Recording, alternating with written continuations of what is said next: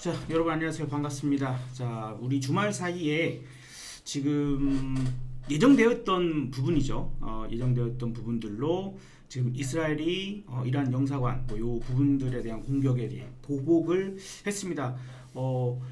금요일 우리 시장도 조금 마지막에 뭐 흥구석유, 뭐 한국석유, 중앙에너비스 같은 이런 에너지주가 막판 또 힘을 쓰면서 끝날 때도 조금 묘하기도 했고 외국인들의 선물 매도 규모가 매우 크기도 했죠. 그래서 시장은 어느 정도 좀 예상하고 있었던 건 아닌가 하는 그런 생각이 좀 들고요. 미국 시장도 어쨌든 금요일 밤 매우 좋지 않은 그런 모습들로 마감이 좀 됐습니다. 일단 이제 이 상황들을 조금 우리가 어떻게 바라보고 아무래도 이제 뭐 당장 내일부터겠죠. 4월 15일 시장부터 조금은 충격받을 가능성이 높은 상태가 됐어요. 지금 비트코인을 비롯해서 암호화폐 어쨌든 이제 주말이다 보니까 뭐 그런 부분에서도 좀 하락세가 나타나기 때문에 아마도 일단 단기적인 그런 하락은 좀 불가피한 상황일 것 같습니다. 그럼 우리가 좀 하나씩 좀 따져보면서 내용들 살펴보면 일단 좋을 것 같아요. 자, 하나씩 따져보겠습니다. 자, 우선 지난번에도 한번 계속해서 제가 많이 말씀을 드리긴 했지만 이스라엘이 여기에 있고요. 그죠? 이스라엘이 저기에 있고 그 다음에 이란은 여기에 있습니다. 뭐 그러다 보니까 이게 국경을 맞대고 있는 상황은 아니죠. 국경을 맞대고 있는 상황 같으면 뭐 예를 들어서 뭐 시리아거나 뭐 요르단이거나 뭐 이런 식으로 국경이 맞대고 있는 그런 부분이라면 전면전의 형태가 아주 다양한 전술을 사용할 수가 있거든요. 그러나 지금 같으면은 이렇게 떨어져 있기 때문에 그래서 이란에서 현재 그 미사일 있죠. 뭐 미사일을 순항 미사일 그 다음에 심지어 탄도 미사일 이렇게 지금 공격이 들어가고 그 다음에 요즘 전쟁이 우크라이나 전쟁도 마찬가지지만 드론의 활용이 매우 커졌습니다. 그래서 드론으로 이렇게 날려서 공격하는 상황이 불가피하게 지금 되고 있다라고 좀 봐야 될 것 같고요.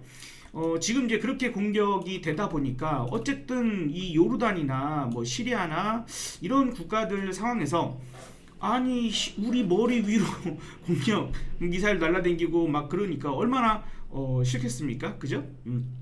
그래서 지금 이제 거리가 있다 보니까 쟤네 쐈다 이게 지금 미사일을 쏘아 올렸다 이런 것들이 일찍이 포착이 되는 거죠. 그래서 실질적인 이스라엘의 큰 피해를 입히기는 좀 어렵습니다. 뭐 여러분들 아이언돔 들어보셨잖아요. 아이언돔 들어보셨다시피 이 이스라엘 영공으로 들어오는 여러 가지 방공 체계가 매우 잘 갖춰져 있는 상태이고 여기서 날라오는데 시간이 오래 걸리잖아요. 그래서 그런 부분들에서 이미 요르단 그리고 시리아에서 격추를 하는 요격을 하는 그런 물량들도 좀 있다 보니까 실질적인 큰 피해를 입히기는 좀 쉽지 않으나 어쨌든 이란 입장에서도 자기네가 뭐 주변 국가들에 대해서 뭔가가 그 어떤 큰형님 역할을 하려고 하는 그런 부분이다 보니까 그냥 넘어갈 수는 없는 부분들인 거죠. 자, 이제 이 사태가 왜 문제가 되고 있느냐면 뭐 잘 아시다시피 세계 최대 산유국은 미국이지만 수출 국가는 원유 수출 국가는 사우디죠. 그 다음에 뭐 카타르, 뭐 아랍에밀리에이트, 쿠웨이트 많이 들어보셨죠? 걸프전부터 시작해서 이란도 뭐 산유국이긴 합니다. 어쨌든 요 중심으로 해서 산유국들이 몰려 있고 지금 이 호르무즈 해협을 통과해서 이렇게 수출이 이루어지죠. 우리나라도 이쪽에 우리나라가 수입하는 그런 원유나 천연가스의 약 70%, 70%가 이걸 통과해서 나오거든요. 그러니까 우리도 뭔가가 영향을 크게 받을 수가 있는 거죠. 그런 영향권에서 영향을 받을 수 있는 상황인 겁니다. 전 세계의 그 에너지 한 20% 정도가 여기를 통과하기 때문에 지금 이 국경이 뭐예요? 이 바다가 이란의 그 앞바다죠. 그러다 보니까 여기가 한 35km 정도밖에 안 된대요. 호르무즈라는 섬은 얘인가 아무튼 쬐깐한 섬입니다. 쬐깐한 섬인데 요 섬이네요. 요 섬이 호르무즈 섬인데 그러다 보니까 이렇게 요 거리가 35km 정도밖에 안 된대. 짧은 거리가 여기를 통과를 해야 되는데 여기서 공격을 해버리게 되면 야 아무도 통과하지 못해 이런 식으로 이란 입장에서는 공격의 형태를 그렇게 가져갈 수가 있겠죠. 물론 그렇게 됐을 때 다른 나라들의 어떤 여러 가지 상황이 또 발생할 수 있기 때문에 부담스럽긴 하겠습니다만 뭐 후티 반군 많이 들어보셨죠? 그네들이 여우 앞을 좀 막 가로막는 이런 사태들이 같이 이루어지면서 아무래도 유가의 상승이 이로 인해서 일어날 가능성 부분들. 그러면 이제 물가가 계속해서 올랐잖아요. 미국 같은 경우에도 지금 이제 1월, 2월, 3월 이렇게 CPI가 연속 상승하는 그런 부분이 나타나다 보니까 올해 금리 인하할 거야라고 했는 게 금리 인하 못해. 조금 더 지켜보자. 늦춰야 될 것 같아 하는 이런 형태가 돼버린 거죠. 야씨, 이러다가 금리 인하는커녕 다시 금리 인상하는 거 아니야? 라는 이제 이런 얘기까지 나오기 시작했다는 겁니다. 현실이 된다고 하면 역시나 당연히 위험 자산들은 상당히 고통스럽겠죠. 그래서 이미 암호화폐가 지금 벌써 크게 하락을 하고 있고요. 뭐 이뿐만 아니라 지금 환율에도 영향을 미치고 있습니다. 뭐 우리나라 환율만 하더라도 지금 보세요, 어마어마하죠. 지금 상당히 급격하게 상승을 했다, 이렇게 보셔야 됩니다. 그래서 지금 환율을 바라보는 어떤 그런 관점에 있어서도 요렇게 뭐랄까요, 요렇게 현재 이렇게 되고 있어요. 요렇게 움직임이 이렇게 나타나고 있죠. 네, 이렇게 나타나고 있는 중입니다. 추세가 이렇게 나타나고 있는 중이에요.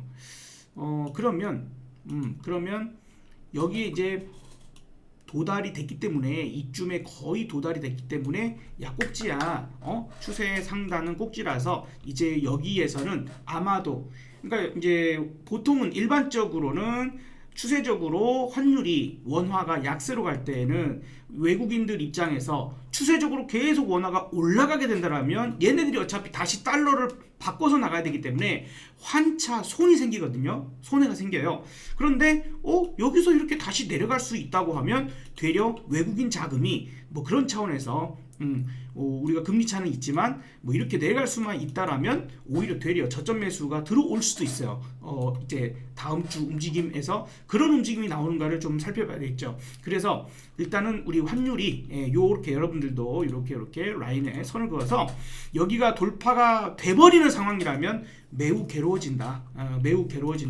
새로운 추세를, 기존의 추세를 벗어나고 추가적인 어떤 단계로 올라가면 다음은 1,400원 그냥 뚫려요, 이게 아니라 뭐 어찌됐건 간에 시간은 많이 걸릴 수 있지만 여기까지도 단기적인, 지금 가파르게 올라가기 시작했지 않습니까?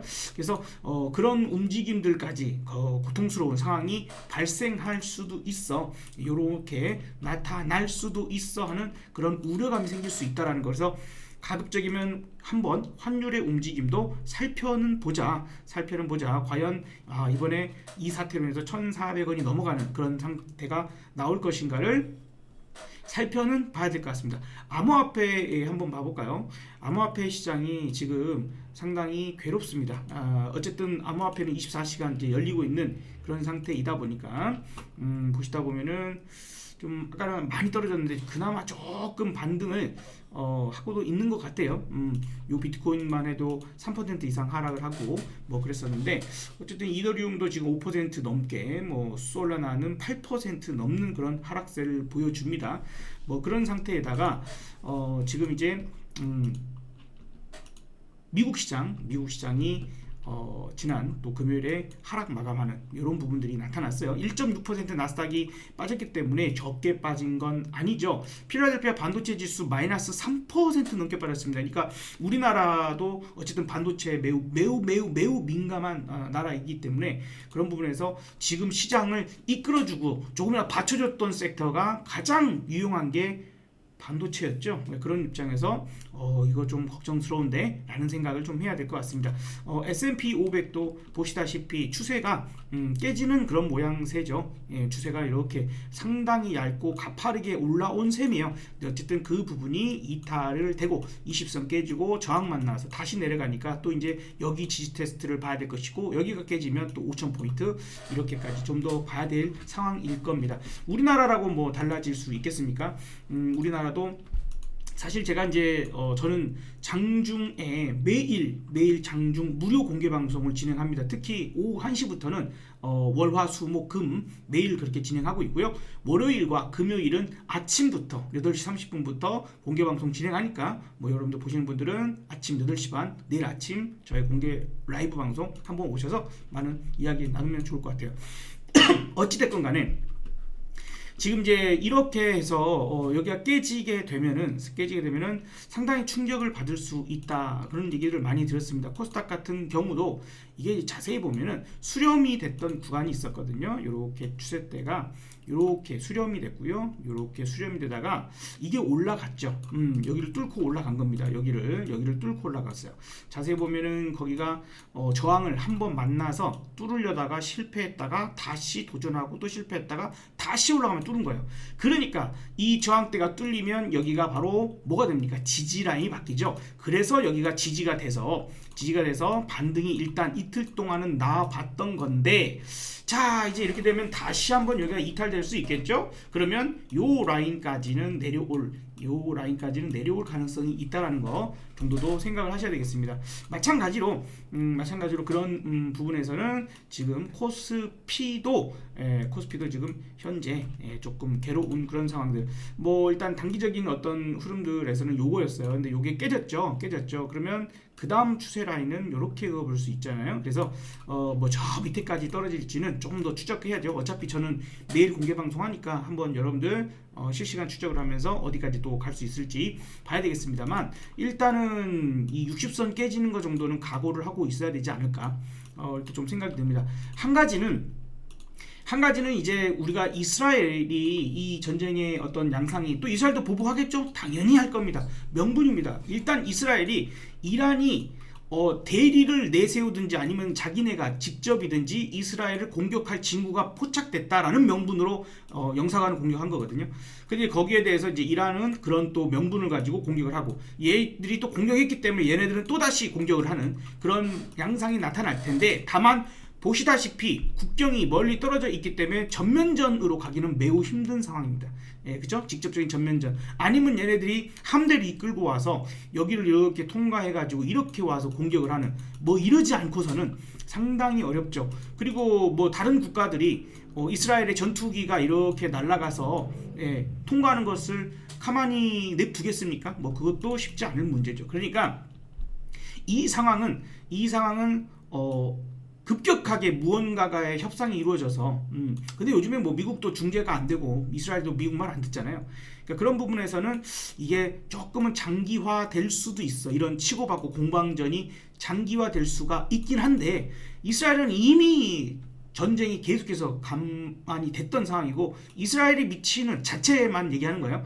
이스라엘 미치는 자체적인 어떤 글로벌 경기에 미치는 영향이 그렇게 크진 않죠. 이란도 경제 제재 계속 받고 있는 상태이기도 하고, 뭐 글로벌 경기 자체에 미치는 영향은 크지는 않습니다. 그 두 국가의 어떤 전쟁적인 부분의 영향 그 자체를 보기보다는 여기가 지금 막히느냐 막히지 않느냐, 여기가 막힘으로 인해서 원유의 가격이 쭉쭉쭉, 천연가스의 가격이 쭉쭉쭉 올라가고 또 운임지수가 올라가고, 이런 부분들이 물가를 자극함으로 인해서 미국으로 하여금 금리 인하를 하지 못하게 만드는, 요게 이제 악재인 거죠. 그래서 그러한 움직임들에서 아까 말씀드렸던 것처럼 지금 우리가 환율을 봐야 됩니다. 그리고 지금 미국 국채 금리, 이제 요거는 한 가지 기억하시면 좋을 것 같은데, 미국 국채 금리가 제가 보기에는요, 제 어떤 개인적인 의견일 수 있습니다만, 미 국채 금리가 지금 얼마가 나오느냐, 요거 좀 더 전체적으로 나오는 걸 좀 볼까요? 얼마가 이제 나오는가를 이제 좀 봐야 됩니다. 근데 제가 관찰을 했을 때에는, 제 나름대로 관찰했을 때는 미국 10년물이 거의 기준이거든요. 근데 그 금리가 10년물 금리가 4.3이 넘어갈 때 미국은 조금 흔들리거나 심지어 올라도 우리 시장에는 조금 힘들게 만들거나 어렵게 만드는 경우가 많았다. 이렇게 좀 보셔야 될 것 같아요. 보셔야 될 것 같습니다. 그래서 이거 나오면 이제 살펴보도록 하고, 그래서 지금으로서는 그 두 가지를 보세요. 우리가 경제의 시장이, 금융시장이 네 가지가 있거든요. 환율, 채권, 원자재, 증시 시장이 가장 작습니다. 나머지 큰 시장을 보고, 그렇죠? 지금 이제 환율 급등하는 거 보셨죠? 원화 약세. 그 다음에 금리 계속 올라가고 있어요. 원자재요. 그러니까 올라가잖아요. 이렇게 되니까 얘가 어떻게 되겠습니까? 작아질 수밖에 없는 거죠. 얘네들 가격이 계속해서 올라가는 뭐 그런 부분들이고, 원화는 약세로 가고 불리합니다. 어쨌든 그런 상황들이 우리 증시 상황이나 글로벌 경기 전체적으로 좋지 않은 영향을 미쳐질 것이다라고 좀 생각을 하셔야 되겠습니다. 뭐 그렇다고 해서 우리가 무너지느냐? 꼭 그렇지만은 않을 것 같습니다. 지금 이제 전반적인 시장은 좀 충격을 받겠지만 그래도 올라갈 수 있어 하려면 지금 그래서 그런지 몰라도 그죠? 지난주 그리고 금요일 이렇게 해서 중앙 에너비스 같은 종목이나 혹은 이제 뭐 흥구석유랄지 에너지 관련 주들이 올랐어요. 오르고 또 오를 가능성이 높겠죠. 과연 요게 계속해서 추격해서 끌고 가야 될 상황일 건지 좀 봐야 될 것 같고요. 그 다음에 또 뭐가 가겠습니까? 아무래도 방산이 움직일 가능성이 높겠죠. 방산. 그래서 방산 같으면 코치테크놀로지, 그 다음에 한화 에어로스페이스, 그리고 이제 LIG 넥스원, 이제 미사일이나 이런 요격 시스템 같은 것들도 LIG 넥스원 중요합니다. 풍산은 방산이면서 최근 구리, 뭐 전선, 전력 설비 이런 부분들의 수요가 폭발적으로 늘어나다 보니까요. 이 부분들로 인해서 강력한 어떤 상승을 이어갔어요. 그래서 요건 약간 다른 애랑 조금 다를 수도 있긴 합니다만 그래도 방산에 엮여서 간다라고 한다면 아무래도 가는 움직임들이 나올 수도 있지 않을까. 어쨌든 방산은 뭐 현대로템 같은 것들도 있으니까요. 전반적으로 볼 필요가 있겠고 해운주들이 또 그 나름의 역할을 해줄 수도 있거든요. 아직은 해운주가 흥하해운이 한 번 정도 급등한 적이 한 번 있고 뭐 금요일에는 좀 크게 다시 밀려났습니다만 어쨌든 이쪽의 움직임들도 보는 게 하지만 이제 해운주가 움직일 정도면 흥구석유, 한국석유, 중앙에너비스 같은 종목이 더 많이 급등을 하고 움직임이 나올 것 같기는 합니다. 그리고 또 뭐가 움직일 수 있을까요? 조선도 그런 부분에서는 움직일 가능성이 높고 유가가 많이 올라가면 또 뭐가 움직일 수 있을까요? 유가 너무 비싸, 에너지 너무 비싸. 그러면 이제 신재생에너지나 대처에너지 있죠. 대체에너지 쪽들이 또 그런 부분에서 힘을 쓸 가능성이 있습니다. 뭐 제니 옐런이 이제 중국에 경고하고 막 너무 공급 까잉 뭐 너네들 뭐 태양광 이거 너무 많이 만든다. 그러지 마라 경고한 부분들도 한 가지 어떤 움직임이나 흐름들을 만들어낼 수도 있으니 그래서 뭐 요즘에 이제 신성 ENG랄지 그리고 이제 SDN 뭐 이런 것들이 한 번씩 움직여 보는 것도 있었죠. 그리고 이제 뭐 풍력주들도 아직까지는 그렇게 강한 모습은 아니었지만 뭐 풍력주들도 움직임이 나올 수도 있습니다. 이번에 총선을 치르면서 원자력주가 여소야대 상황에 지금 현 정권 내지는 여당이 주장하는 원자력 친원전 정책이 조금 무색하게 될 것이다라는 관점 때문에 밀려났었습니다만 금요일날 이제 반대로 조금 나타내 보는 모습이죠. 두산 에너빌리티랄지 뭐 한전 기술 이런 것들이 있겠죠. G2 파워나 이제 이것들이 다시 한번 힘을 써보는 그런 것들도 조금 우리가 한 번 정도는 관심을 가져야 될지도 모르겠습니다. 개인적으로는 뭐 우진엔텍 같은 종목도 관심 있게 볼만한 종목이라고 좀 생각은 듭니다. 어쨌든 하늘은 무너져도 솟아날 구멍은 있기 마련이고 시장이 전반적으로 충격을 받는다 하더라도 올라갈 수 있는 그 핵심적인 부분들을 우리가 좀 가져갈 필요도 있어요. 뭐 아시는 분들은 아시겠지만 저 같은 경우는 실전 매매를 하는데 주식뿐만 아니라 파생 매매도 같이 진행을 하고 있습니다. 제가 공개 방송하면서 많이 알려드리기도 하고 그렇습니다만 지금 풋이 뭐 한번 시세가 터졌죠. 한번 시세가 터졌습니다. 이제 지난 목요일 만기로 전월물이 끝나고 폭등 한번 해서 끝났고 그리고 이제 이 당월물이 바뀌면서 금요일에 상당히 좋은 모습이고 아마도 월요일에 급등해서 시작하는 그런 상황들이 나올 것 같습니다. 일단 저는 지난 화요일에 우리 그 같이 함께 공부하시는 분들께 풋을 좀 사서 넘어왔습니다. 이것도 이제 그때 당시로서는 이제 당월물보다는 이제 수요일 날이 우리가 휴장이었기 때문에 총선 때문에 휴장이었고 미국의 CPI 발표가 눈앞에 있던 상황이라서 하방을 대비하자. 결코 상방으로 에너지가 좋을 것보다는 하방이 될 가능성이 높으니 그래서 우리는 당시 차월물, 지금은 당월물이죠. 당시 차월물인 물량들을 좀 사서 넘어오는 그런 상황이었습니다. 그리고 목요일날 아침에 상방 신호가 나와서 정리하고 다시 풋을 지금 들고 넘어가는 상황인데 내일 또 상황 보고 뭐 샀다 팔았다 계속하면서 주식 쪽에서 수익이 안 나면 파생이라도 조금 수익을 만드는 그런 전략을 만들어가고 있으니까 여러분들도 참고하시면 좋겠고요. 힘든 상황 있으면 너무 뭐 여러분들 근심 걱정만 하지 마시고 한번 저는 이제 매일 공개 방송을 진행하고 있으니까 우리가 화수목 같으면 오후 1시 오후 1시부터 그 다음에 월금은 아침 8시 반부터 장마감 정도까지 공개 방송 진행합니다. 항상 여러분들께 힘이 되는 방송이 될 수 있도록 노력하겠습니다. 자, 그리고 한 가지 더 자 우리 여벤져스 네 분의 미인분들과 함께 네 분의 미인분과 함께 다음 주 월요일 4월 15일부터요. 4월 15일부터 자 오후 5시 라이브에 한 분 한 분 1대1 특별 과외를 시작합니다. 특별 과외를 시작하니까요. 자, 이 비밀스러운 특별 과외 시간 여러분들 함께 해보신 것도 재밌는 그런 시간이 될 수 있을 것 같습니다. 자, 여러분들 부디 시장 충격에 크게 휩쓸리지 않고 잘 이겨내실 수 있는 분들 되셨으면 좋겠고요. 이럴 때 파생이라고 하는 것을 너무 무서워하거나 무조건 안 돼라고 생각하기보다는 차근히 공부라도 한번 시작해보는 분들 되셨으면 좋겠습니다. 부디 힘내시고 여러분의 성공이 업 되기를 바라는 마음으로 여기까지 인사드리겠습니다. 업사부였습니다.